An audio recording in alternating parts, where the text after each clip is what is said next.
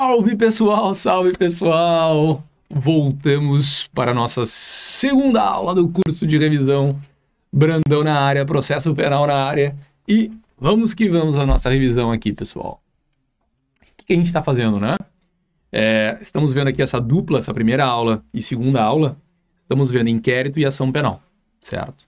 Ação penal a gente já fez aí no meio do inquérito, já conversamos sobre ela. E na aula passada nós encerramos falando no início do inquérito policial. Como é que ele pode iniciar? E aí a última possibilidade, é daqui que eu recomeço, a última possibilidade de início, ou a última forma de início do inquérito policial, nos casos de ação penal pública incondicionada, é quando eu tenho uma prisão em flagrante, certo? Então vejam, quando eu tenho um caso, um crime de ação penal pública incondicionada, eu tenho várias formas desse início, inclusive de ofício pelo próprio delegado de polícia, como nós vimos, né? E a última forma, a questão da prisão em flagrante. Eu só repito um ponto, porque eu fiquei na dúvida se ficou bem claro para vocês, tá? Qual é esse ponto? Por que se constitui numa garantia para as pessoas a abertura automática, digamos assim, do inquérito quando há essa prisão em flagrante? Pessoal, se constitui uma garantia porque a prisão em flagrante é aquela única prisão que pode acontecer sem ordem judicial. Ela é uma prisão circunstancial. Né? A prisão em flagrante vai acontecer, nós vamos ver quando o crime está pegando fogo, flagrare, certo? E ela vai durar, uma prisão precária, ela dura pouco tempo. Rapidamente o juiz tem que ser acionado, tem que homologar ou não esse flagrante e liberar o indivíduo através da liberdade provisória ou decretar a prisão preventiva ou temporária, certo? Por que daí a abertura do inquérito se transforma numa garantia? Porque percebam que nós demos o direito de um indivíduo que não é autoridade judiciária de prender alguém do nada. O Magrão está cometendo um crime, vem, está preso. A probabilidade ou a facilidade que nós temos aqui que alguém abuse desse direito é muito grande. Não concordam? Agora, quando nós estamos falando da polícia, a polícia sabe que se houver uma prisão em flagrante, vai ter que ser instaurado um inquérito. E aí, um inquérito policial, ele não encerra na polícia. O inquérito policial, ele vai encerrar lá no Poder Judiciário. Então, se está havendo algum abuso, o Poder Judiciário vai ficar sabendo. Então, é muito importante que a prisão em flagrante seja também uma das formas de abertura do inquérito. Isso é importante aqui para eu retomar com vocês, tá bem? Buenas. Pessoal, nós agora vamos iniciar falando do início. Olha que maravilha! O início do inquérito policial nos casos de ação penal pública condicionada. Vamos mudar o material aqui. Aê! Condicionada. Bora lá. Ação penal privada condicionada, e eu estou falando, ação penal pública, perdão, condicionada, e eu estou falando aqui da ação penal pública condicionada à representação. Não estou falando aqui da ação penal pública condicionada à requisição do ministro da Justiça, certo? É necessário, para que comece o inquérito policial, a representação do ofendido. Opa, volta aqui, perdão. É necessária a representação aqui do ofendido. Então vejam que o próprio inquérito policial, antes mesmo da ação, já tem que ter essa espécie de autorização do ofendido. E vejam que tem toda a lógica do mundo, né? Nós não vamos deixar que o Estado se mova, investigue todo um caso, para depois lá na ação penal o ofendido, não vou representar. Não vou representar, não quero que tenha aqui ação penal. Então nós gastamos um dinheiro estatal para nada. Esta é a lógica, pensem comigo. Ação penal privada. É necessário requerimento do ofendido. Vejam, o ofendido aqui vai requerer a polícia, uma simples petição. Requerer que instaure inquérito policial. Sempre lembrando, tá? O inquérito policial ele não é obrigatório para o início de uma ação penal. Então, lá numa ação penal privada, o ofendido, a vítima, que será o querelante, pode ingressar com a ação penal sem ter tido o inquérito policial. Se liguem só. Eu sou vítima de um crime em que eu tenho que ingressar com a ação penal. Eu posso também colher elementos e ingressar com a ação. Mas eu posso ter dificuldade de angariar esses elementos. Então eu vou lá e vou requerer a abertura de um inquérito policial ao delegado, à autoridade policial, ao delegado de polícia. Certo? Bora lá então com algumas observações sobre esse início aqui do nosso inquérito policial. Primeira observação diz respeito com os casos de ação penal de competência originária dos tribunais. O que é isso aqui, né, pessoal? Aqui é quando eu tenho o foro por prerrogativa de função. Quando a gente falar de competência penal, de competência processual penal, eu vou trabalhar com vocês um pouquinho isso. O que acontece? Tem alguns indivíduos que, em razão dos cargos que eles ocupam, eles vão ser processados diretamente nos tribunais. É o caso dos prefeitos, que são processados diretamente nos tribunais de segundo grau. É o caso dos governadores, que vão ser diretamente processados no Superior Tribunal de Justiça por crimes, né? Estou falando por óbvio, cometidos. É o caso dos deputados federais, senadores, que serão processados originariamente lá no STF. É o que vocês conhecem, é o que se conhece de maneira geral como o foro privilegiado, que nós chamamos de foro por prerrogativa de função. O que acontece?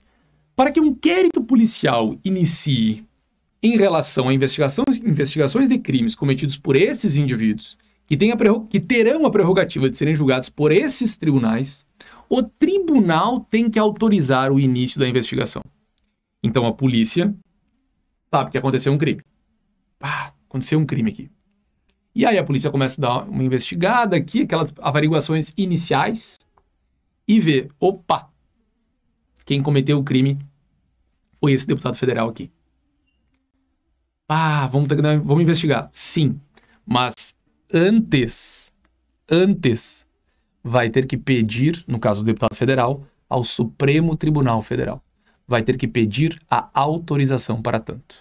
Pessoal, isso é muito sério. Muito sério.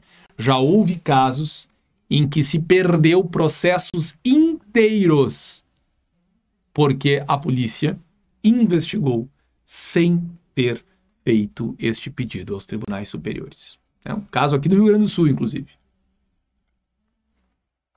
Então, assim, a forma no processo penal, ela é garantia. Garantia fundamental. Sabemos qual é a forma. Então, vamos obedecer a forma. Por favor. Certo? Buenas. Deixa eu vir aqui. Eu saí do material.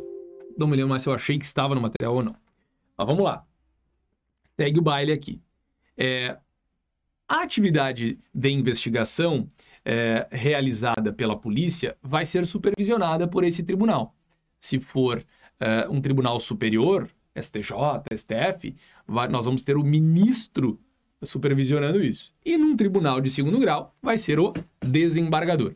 Esse ministro lá do STF ou do STJ será o relator da futura ação penal, e o desembargador aqui também será o relator. Vocês, na verdade, já viram muito isso em relação aos casos da Lava Jato que se processaram lá no STF. Vocês já viram bastante isso aqui. Vamos seguindo nessas observações. Denúncia anônima. Essa da denúncia anônima.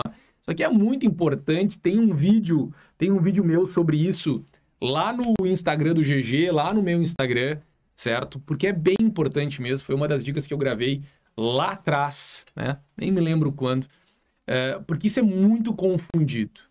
A denúncia anônima, pessoal. A denúncia anônima, ela serve para alguma coisa no processo penal? Vejam, a Constituição nos garante liberdade de manifestação, mas também veda o anonimato. Agora, todos nós sabemos que nós vivemos em um país altamente conflagrado, uma violência alta, infelizmente, e que simplesmente eu não posso, daqui a pouco, ir na polícia falar do meu vizinho. senão eu vou morrer. Principalmente se o meu vizinho é um criminoso que faz parte de alguma facção criminosa. Então, muitas vezes, ela é necessária. A denúncia anônima, ela é necessária. Quando eu fiz o meu mestrado, eu fiz uma pesquisa de campo, certo? Então, eu fiquei 2 meses indo lá no DENARC, na Polícia Civil, né, analisando os inquéritos e conversando com os servidores. E uma das coisas que eu mais percebi foi que na questão do tráfico de drogas, a maior parte dos casos era oriundo de denúncias anônimas. Vejam, tráfico. Quando a gente fala de tráfico, obrigatoriamente nós estamos falando de um grupo de pessoas que comete aquele crime. E aí o medo de quem denuncia é muito maior. E aí a denúncia anônima acaba se fazendo mais necessária ainda. Pois bem, ela serve para alguma coisa? Serve. Mas ela não serve para autorizar o início de um inquérito. Ela serve para autorizar... Volta aqui, vamos apagar aqui, porque senão ficou feio. Aí. Ela serve para autorizar a verificação de procedência.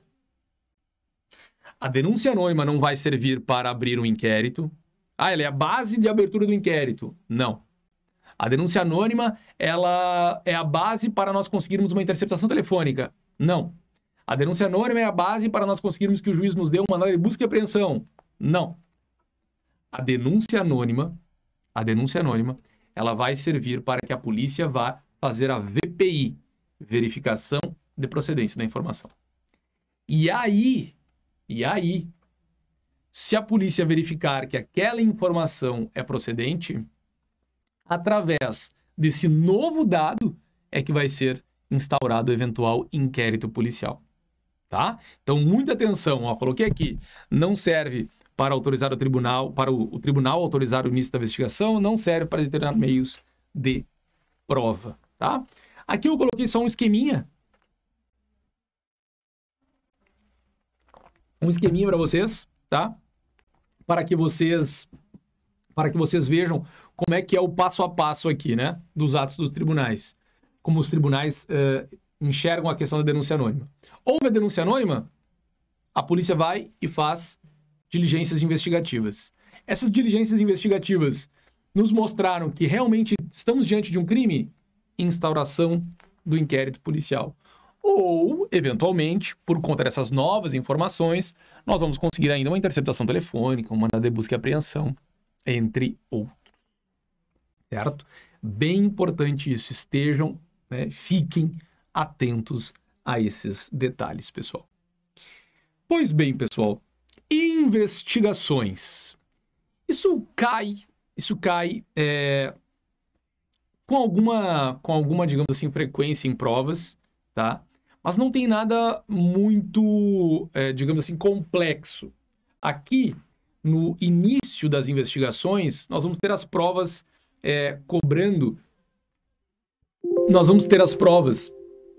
cobrando a literalidade da norma. Então, a gente vê algumas provas falando assim, quais serão as primeiras ações do delegado de polícia, o que o delegado de polícia deve fazer logo que instaura o inquérito policial, o que ele deve fazer na cena do crime. E tudo, pessoal, que tem caído em prova, principalmente pensando no Instituto OCP, tem sido a literalidade da norma. Tá? Então, o que eu vou fazer? Eu separei, certo? Algumas ações que o delegado de polícia pode tomar, não são todas, que o delegado de polícia pode tomar ao longo da investigação, tá? Para que nós possamos chamar a atenção, tá? Bem o início da investigação. Agora, vocês têm que ler tudo. Leiam tudo, certo? Eu vou encerrar esse bloco aqui para a gente não precisar travar o bloco e no próximo bloco a gente começa a falar sobre essas primeiras ações que o delegado de polícia poderá ter, certo? Até mais, pessoal. A autoridade policial, o delegado de polícia, deve fazer logo no início das suas ações, né? Quando ele tem conhecimento da prática da infração, quais são as ações que ele deve ter?